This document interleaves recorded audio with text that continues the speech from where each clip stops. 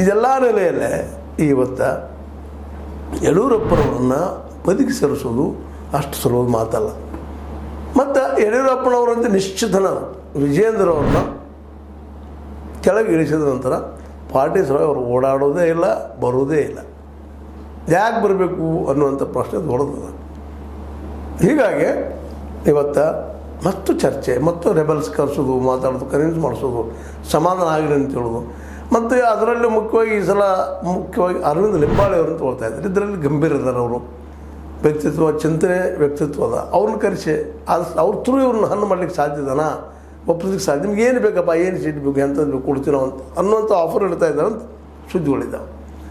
ಇನ್ನು ಅನಿವಾರ್ಯ ಆಯ್ತಪ್ಪ ಅಂತಂದ್ರೆ ಅವರು ನನ್ನ ಅಥವಾ ಒಂದು ತಿಳುವಳಿಗಿದ್ದಂಥ ರಾಜಕೀಯ ತಜ್ಞರ ಅಭಿಪ್ರಾಯ ನೆಲೆಗಟ್ಟಿನಲ್ಲ, ಅವರು ಯಡಿಯೂರಪ್ಪನ ಉಳಿಸ್ಕೊಳ್ತಾರೆ ವಿನಃ ಯತ್ನಾಳ್ ಉಳಿಸ್ಕೊಳ್ಳಿಕ್ಕೆ ಇಲ್ಲ ಅಂತೇಳಿ ಒಂದು ಸಣ್ಣ ಒಂದು ಭರವಸೆ.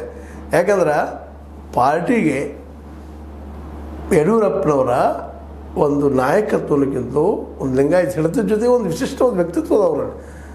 ಲಿಂಗಾಯತರಲ್ಲಿ ಅವ್ರು ಲಿಂಗಾಯತರಪ್ಪ ಅನ್ನುವಂಥ ಮಾತದ.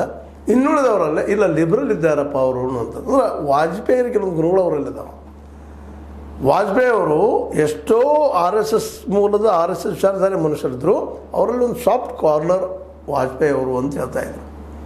ಮೃದುವಾದಿ, ಮೃದು ಹಿಂದುತ್ವವಾದಿ ಅಂತ ಅವ್ರನ್ನ ಕರಿತಾಯಿದ್ರು.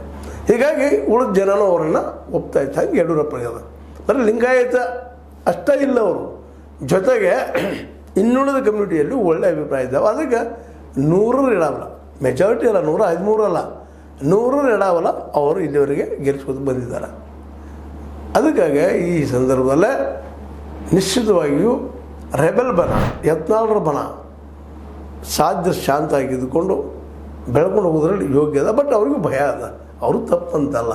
BJPಯಲ್ಲಿ ಉಳಿದ್ರೆ ಇನ್ನು ಮುಂದಿನ ದಿನಗಳಲ್ಲಿ ಸಪೋಸ್ ಗೆದ್ದರೆ BJP, ವಿಜೇಂದ್ರ ಮುಖ್ಯಮಂತ್ರಿ, ನಾವು ಇನ್ನೂ ಸಣ್ಣ ವಯಸ್ಸು, ಅವರು ಇನ್ನೂ ಸಣ್ಣ ವಯಸ್ಸಿನವರಿದ್ದಾರೆ, ಅವರು ಇನ್ನೂ ಸಣ್ಣ ವಯಸ್ಸಿನವರಿದ್ದಾರೆ, ಇನ್ನೂ ಸಾಕಷ್ಟು ದಿನಗಳವರೆಗೆ ಮುಂದೆ ಹೋಗ್ತಾರೆ. ನಮಗೆ ಭವಿಷ್ಯ ಇಲ್ಲ ಅನ್ನುವಂಥ ಭಯ ಇವರೆಲ್ಲರೂ ಕಾಡಲಿಕ್ಕೆ. ಹೀಗಾಗಿ ಏನಾಗ್ಬೋದು, ಒಟ್ಟು 10 ದಿನದಲ್ಲಿ ಮುಗಿತದೆ ಅಂತ ಹೇಳ್ತಾಯಿದ್ರು. ಹೀಗಾಗಿ ಹೇಳ್ತಾ ಬಂದಿದ್ದಾರೆ.